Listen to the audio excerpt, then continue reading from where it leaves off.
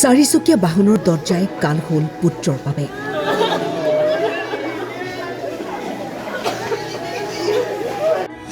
দীপনয়নৰ বিদ্যালয়ত কান্দোনৰ ৰূপ, ঘৰখনত শোকাকুল পৰিৱেশ। এনেকুৱা ঘটনা কেতিয়াও কাৰো লগত নহওক। জানিব পৰা মতে হাজো নলবাৰী পথেৰে ঘৰলৈ গৈ আছিল পিতা পুত্ৰ। নলবাৰী আৰক্ষী থানাৰ সমীপত এখন চাৰিচকীয়া বাহনে হঠাতে বিপৰীত ফালে দৰ্জা খুলি দিয়াত বাইকসহ পিতা পুত্ৰ মুহূৰ্ততেই ছিটিকি পৰে। ফলত পিতৃ ৰঞ্জিত তালুকদাৰ আঘাতপ্ৰাপ্ত হোৱাৰ লগতে বাইকৰ পিছৰ ছিটত বহি থকা পুত্ৰ অতি গুৰুতৰভাৱে আহত হয়। লগে লগে 14 বছৰীয়া পুত্ৰক সংকটজনক অৱস্থাত উন্নত চিকিৎসাৰ বাবে গুৱাহাটীলৈ অনা হয় যদিও চিকিৎসাধীন অৱস্থাত ছাত্ৰজনৰ মৃত্যু ঘটে। ছাত্ৰজনৰ মৃতদেহ নিজ বাহজনীৰ ঘৰলৈ নিয়াৰ পিছতে শোকৰ ছাঁ সমগ্ৰ বাহজনী অঞ্চলত। আকস্মিক খবৰ এটা আমাৰ কাৰণে, অতি দুখজনক খবৰ। এনেকে ইমান বছৰ বয়সত 2007 পৰা স্কুলৰ আজিলৈকে এনেকুৱা কোনো ইনচিডেণ্ট আমি শুনা ভাবিবই নোৱাৰা এটা ঘটনা। যোৱা ৰবিবাৰে এটা দুৰ্ঘটনাত পতিত হ'ল। দেখাত যেন একো হোৱা নাছিল, কিন্তু ভিতৰে ভিতৰে ক'ৰবাত যেন কিবা আঘাত পাইছিল।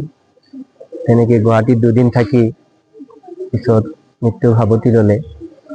আৰু এই বছৰত তেওঁ যথেষ্ট ভাল ৰিজাল্ট কৰি দেখুৱাইছিল। স্কুল উইকতো বিভিন্ন অনুষ্ঠানত তেওঁ অংশগ্ৰহণ কৰিছিল। তেওঁৰ ক'ব লাগিব যেন কেৰিয়াৰ কি তেওঁ এতিয়া বুজি পোৱা হৈছিলহে। আৰু 8ত পঢ়িছিল আৰু ক্লাছত প্ৰথম ছাত্ৰ, ৰোল নম্বৰ 1। আৰু এই বছৰ তেওঁ ধৰি লওক গান গায়, তেওঁ ভাল তবলা বজায়, তেওঁ ভাল চেছ খেলে, তেওঁ আবৃত্তি কৰে, তেওঁ বিভিন্ন দিশত তেওঁ আগবাঢ়ি আহিছিল। আৰু কেৰিয়াৰৰ সপোন যেন এতিয়া দেখিছিল, মাত্ৰ এই সপোন দেখা বয়সতে তেওঁ নিজৰ প্ৰাণ হেৰুৱাব লগা হ'ল। শব্দ নাই, কি কওঁ। মাক দেউতাকক যেন ভগৱানে শক্তি প্ৰদান কৰে। একমাত্ৰ ল'ৰা, ছোৱালী নাই। ঘৰ বাহাজানীত।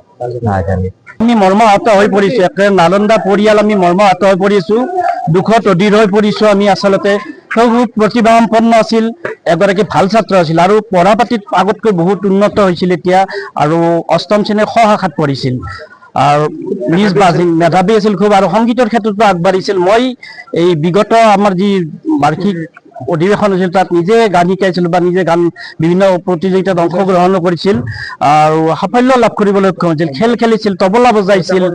দেউতাকৰ নাম আছিল ৰঞ্জিত তালুকদাৰ, মাকৰ নাম বিদা তালুকদাৰ। সকলো লোক শোকত ম্ৰিয়মান হৈ পৰিছে, সকলোৱে কান্দিছে। দেখিছে আপোনালোকে, শ মানুহ আহিছে, ওচৰ পাজৰৰ মানুহ, আমাৰ ইয়াৰ বিদ্যালয়ৰ ছাত্ৰ ছাত্ৰী, অভিভাৱক, শিক্ষক শিক্ষয়িত্ৰী সকলো আচলতে দুখত ম্ৰিয়মান হৈ পৰিছে।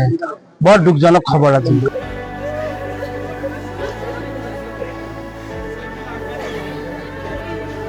নলবাৰীৰ পৰা হীৰক ডেকাৰ ৰিপৰ্ট, টাইম 8।